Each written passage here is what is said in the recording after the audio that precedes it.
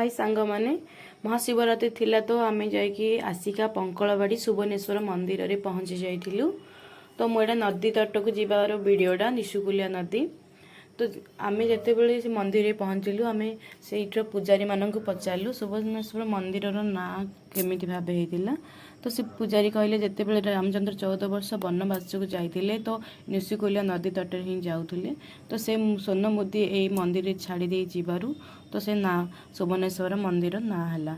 तो ये पंचु वृक्ष देखि पारथिबे ए नदी तट रे अछि। ए निशुकुलिया नदी जेते भी पानी बढ़ी आसु किंतु ए गछ ए पंचु वृक्ष नहीं जीवनी कहीं ना मो सासू निज बापाहार गाँ तो से मते कहूतिले देखि पारथि नदी रो दृश्य ये होला ऊपर गाणली बांधिला आलू पानी पळाइलानी पाद तातुची ना तू जा भीतर जा जा पानी जा किछि हबन जा हां कुंभीर कोडा कुंभीर कोडा से याडे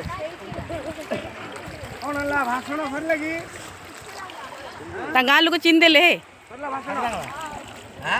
चिन देले कोन हाँ मो धोइले से सिंदूर जा आलू बोली आई जो बोई तू हाँ से दोनों ना बंदर